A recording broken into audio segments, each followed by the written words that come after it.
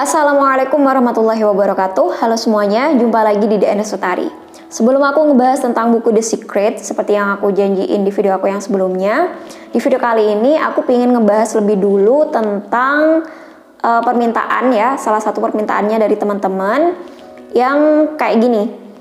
Kak, bisa nggak sih dengan ngamalin sholawat, kita tuh jadi tidak merasa marah atau nggak kesel waktu kita dihina sama orang lain, atau semacam gini deh, bisa nggak dengan kita ngamalin sholawat kita tuh jadi nggak terlalu peduli dengan orang-orang yang ngeremehin kita, menghina kita kayak gitu. Nah, bisa nggak sih dengan ngamalin sholawat kita bisa jadi kayak apa ya, lebih tenang, kemudian lebih sabar, atau bahkan mungkin dengan kita ngamalin sholawat, orang itu bakal berubah gitu. Orang itu nggak akan ngehina kita lagi, nggak akan ngeremehin kita lagi. Nah, aku pingin ngebahas tentang hal itu di video kali ini. Nah, seperti apa lengkapnya? Simak terus videonya ya. Pertama, sholawat itu adalah sebagai bentuk bukti cinta kita kepada Rasulullah. Gimana caranya mencintai Rasulullah? Salah satunya adalah dengan memperbanyak sholawat. Selain juga mempelajari tentang kehidupan beliau, meniru bagaimana akhlaknya beliau. Nah, salah satu caranya adalah dengan memperbanyak baca sholawat. Selain itu, baca sholawat itu adalah salah satu tawasul atau salah satu perantara kalau kita mau berdoa kepada Allah. Nah, jadi kalau kita berdoa gitu ya, jangan sendirian, tapi ajaklah Rasulullah. Ajaklah di sini maksudnya adalah dengan kita memperbanyak baca sholawat, supaya doa kita, hajat kita di hadapannya Allah itu bisa lebih terkabul gitu ya, lebih cepat terkabul, lebih diterima gitu ya, karena kita nggak sendiri, kita ngajak Rasulullah, kita butuh perantaranya Rasulullah. Jadi misalnya teman-teman ngamalin sholawat terus berdoa kepada Allah supaya orang yang menghina kita itu sadar gitu ya, itu nggak apa-apa banget gitu, karena hati orang tersebut yang menggenggam adalah Allah. Jadi Allah sangat bisa untuk membolak-balikan hati gitu ya, baik hati kita sendiri maupun hati orang lain.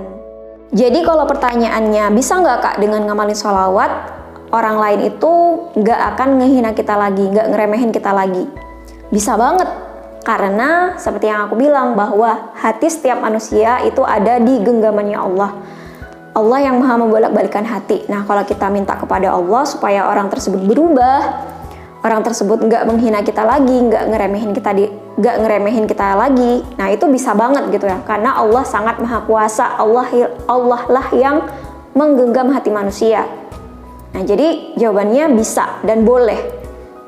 Terus selain emang kita berdoa supaya orang tersebut berubah, alangkah lebih baiknya juga kalau kita berdoa supaya hati kita sendiri tuh yang bisa lebih dikendaliin. Hati kita yang bisa lebih mengontrol supaya nggak gampang nggak gampang sakit hati saat orang lain ngeremehin atau ngerendahin diri kita. Selain itu, kita juga butuh ikhtiar nih teman-teman, supaya kita belajar untuk mengendalikan hati kita, mengontrol hati kita, atau mengolah jiwa kita supaya menjadi orang yang lebih baik, supaya kita nggak terpengaruh dengan adanya kayak ejekan orang lain, hinaan orang lain. Kita nggak akan terpengaruh oleh hal itu lagi kalau kita belajar untuk self development atau belajar untuk mengembangkan diri. Nah, jadi salah satu ikhtiarnya selain kita ngamalin sholawat, alangkah lebih baiknya kita juga belajar untuk self development atau belajar mengembangkan diri. Dan itulah yang aku rasain. Meskipun belum sempurna, meskipun masih banyak sekali kurangnya, tapi aku ngerasa setelah aku belajar self development lebih banyak, selain emang ngamalin sholawat gitu ya, tapi juga belajar untuk mengimprove diri, belajar untuk mengembangkan diri, aku ngerasa bahwa sekarang aku jauh lebih bisa mengendalikan diri aku, bisa lebih mengolah jiwa aku, dan gak gampang terpengaruh oleh orang lain, gak gampang terpengaruh oleh ejekan orang lain, hinaan orang lain, ataupun tindakan-tindakan orang lain yang emang itu di luar kontrol aku. Nah, salah satu belajar self development yang pingin aku share ke teman-teman itu adalah belajar tentang filsafat. Dan salah satu filsafat yang sekarang lagi ngetren nih, nah yang biasanya dipelajari oleh milenial, anak-anak muda, supaya dia lebih bisa mentalnya lebih sehat, nah itu ada yang namanya filsafat Stoa. Filsafat Stoa itu disebut juga filsafat Stoicisme. Tapi di sini aku nggak bakal ngebahas tentang filsafat ini secara teoritis gitu ya, tapi lebih ke salah satu ajaran Stoa yang benar-benar ngefek dalam hidup aku, yang benar-benar aku terapin dalam hidup aku.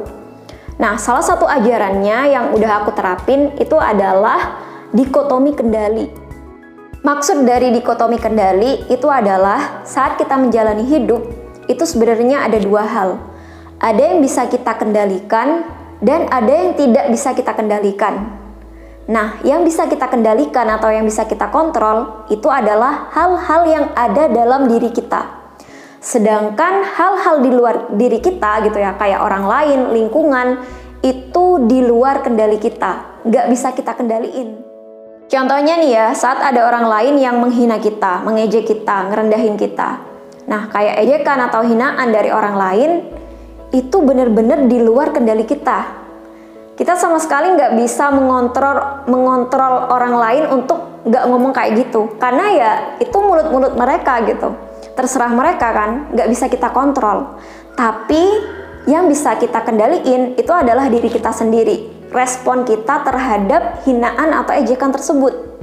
Makanya dalam filsafat Stoa penting banget untuk mendefinisikan kebahagiaan atau mencari kebahagiaan itu bukan dari di luar diri kita, tapi benar-benar ada di dalam diri kita. Dan ini mirip banget dengan ajaran tasawuf atau ajaran sufisme yang aku pelajari, terutamanya dari Maulana Jalaluddin Rumi, bahwa ya kita harus menemukan kebahagiaan itu dalam diri kita sendiri gitu, inner peace, kedamaian dalam diri kita sendiri, sehingga kita nggak akan terpengaruh oleh di luar diri kita kayak orang lain, lingkungan. Dan kalau kita kaitkan lagi dengan ajaran agama kita sendiri, bahwa dalam setiap langkah hidup kita itu nggak sendirian, tapi kita selalu bersama Allah. Dan Allah lebih tahu tentang diri kita, bahkan melebihi diri kita sendiri. Jadi misalnya ada orang lain yang menghina atau mengejek kita, ya udah biarin aja gitu, karena yang lebih tahu tentang diri kita adalah diri kita sendiri dan Allah Subhanahu wa taala. Jadi nih, misalnya ada orang yang menghina kita, mengejek kita, atau kita dapat perlakuan yang gak enak dari orang lain, nah baik itu di dunia nyata ataupun di dunia maya seperti sekarang gitu ya, kan banyak tuh kita bikin status misalnya, atau kita posting apa, terus banyak banget dapat komentar-komentar yang gak enak. Nah, pertama-tama kalau kita menghadapi hal-hal tersebut, hal-hal gak enak dari orang lain atau di lingkungan kita, pertama-tama kita tetap harus tenang. Kita tenang dan sadar bahwa hal tersebut di luar kendali kita. Kita nggak akan mungkin bisa mengendalikan orang lain gitu. Kita nggak akan bisa mengendalikan pikiran mereka, mulut mereka, ataupun ketikan mereka. Jadi yang pertama tetap tenang, sadar bahwa itu di luar kendali kita. Kalau kita udah sadar bahwa hal-hal tersebut di luar kendali kita, maka langkah selanjutnya adalah kita tetap harus introspeksi diri. Kita tetap harus kontemplasi, kita harus mengoreksi diri kita sendiri juga gitu ya. Mungkin bisa aja gitu ya, perlakuan atau perkataan kita juga menyakiti orang lain. Nah, kita juga harus sadar tuh, mungkin tindak tanduk kita juga ada yang salah gitu. Tapi sekali lagi, yang kita koreksi adalah diri kita sendiri, bukan mengoreksi pikiran orang lain. Tetap yang dikoreksi adalah diri kita sendiri. Oh, mungkin perlakuan aku selama ini atau perkataan aku selama ini juga kurang mengenakan gitu. Makanya kita harus berubah gitu ya. Kita harus memperbaiki diri kita juga. Kalau kita udah sadar bahwa ada hal-hal di luar kendali kita, bahwa kita nggak akan pernah bisa mengendalikan pikiran orang lain, kita nggak bisa mengendalikan perkataan orang lain, kita nggak akan bisa mengendalikan ketikan jari jemari orang lain, dan kita udah berusaha untuk memperbaiki diri, ya udah, sisanya adalah kita serahkan kepada Allah gitu, bahwa Allah lah yang lebih tahu tentang diri kita sebenarnya, dan Allah pula yang bisa membolak-balikan hati orang lain. Allah lah yang bisa mengubah pikiran orang lain atau mengubah persepsi atau penilaian orang lain terhadap diri kita. Jadi yang bisa kita usahakan adalah berusaha memperbaiki diri kita sendiri gitu. Masalah respon dari orang lain tanggapan orang lain itu di luar kendali kita. Gak usah kita pikirin, kita fokus pada diri kita sendiri. Bagi filsafat Stoa, kita harus sadar bahwa ada yang bisa kita kendalikan dan ada yang tidak bisa kita kendalikan. Kita harus fokus pada apa yang bisa kita kendalikan, yaitu diri kita sendiri, pikiran kita sendiri. Jadi intinya, kenapa kita harus capek-capek mikirin hal-hal yang emang gak bisa kita kontrol? Daripada kita stres, bingung, sedih, atau marah pada hal-hal yang sejak awal gak bisa kita kendalikan, lebih baik kita fokus pada diri kita sendiri. Fokus pada bagaimana cara kita merespon hal-hal buruk tersebut. Kalau kata Epictetus, bukan masalah-masalahmu yang mengganggumu, tetapi cara kamu memandang masalah-masalah itu. Semuanya bergantung pada cara kita memandang. Nah, jadi itu teman-teman, pentingnya belajar self-development atau belajar pengembangan diri. Jadi selain kita emang udah ngamalin sholawat, kita udah berdoa kepada Allah, alangkah lebih baiknya kita juga belajar gitu ya. Kita tetap mencari ilmu, salah satunya adalah belajar self-development atau pengembangan diri, supaya kita bisa lebih mengenali diri kita sendiri, kita bisa lebih berkembang, dan kita bisa menjadi orang yang lebih baik. Dan di sini aku bakal ngerekomendasiin beberapa buku dan tontonan dari yang pernah aku pelajari gitu ya tentang self development. Nah, kalau teman-teman tertarik untuk belajar filsafat Stoa seperti yang aku share di video kali ini, teman-teman bisa baca buku Filosofi Teras. Ya, bukunya kayak gini. Kemudian kalau mau belajar self development yang berhubungan dengan religius, aku lebih suka buku-buku yang berhubungan dengan tasawuf. Dan yang aku ikuti banget itu adalah yang Maulana Jalaluddin Rumi. Bukunya ada yang Mat Sanawi, kemudian Fihi Mafihi, dan banyak lagi yang lain. Terus juga aku juga belajar self development dari hal-hal kayak Loa gitu ya. Salah satunya adalah buku The Secret, kemudian buku Quantum Ikhlas. Pokoknya banyak banget buku-buku self development yang bagus-bagus. Teman-teman bisa tuh ke toko buku dan cari tentang self development. Selain itu juga ada beberapa kanal YouTube atau channel YouTube yang ngebahas tentang pengembangan diri. Salah satunya adalah Indonesian Life School ya, atau channel 1%. Kemudian ada beberapa psikolog juga yang aku ikuti. Jadi ya konten yang kita konsumsi gitu ya, itu ibaratnya kayak makanan.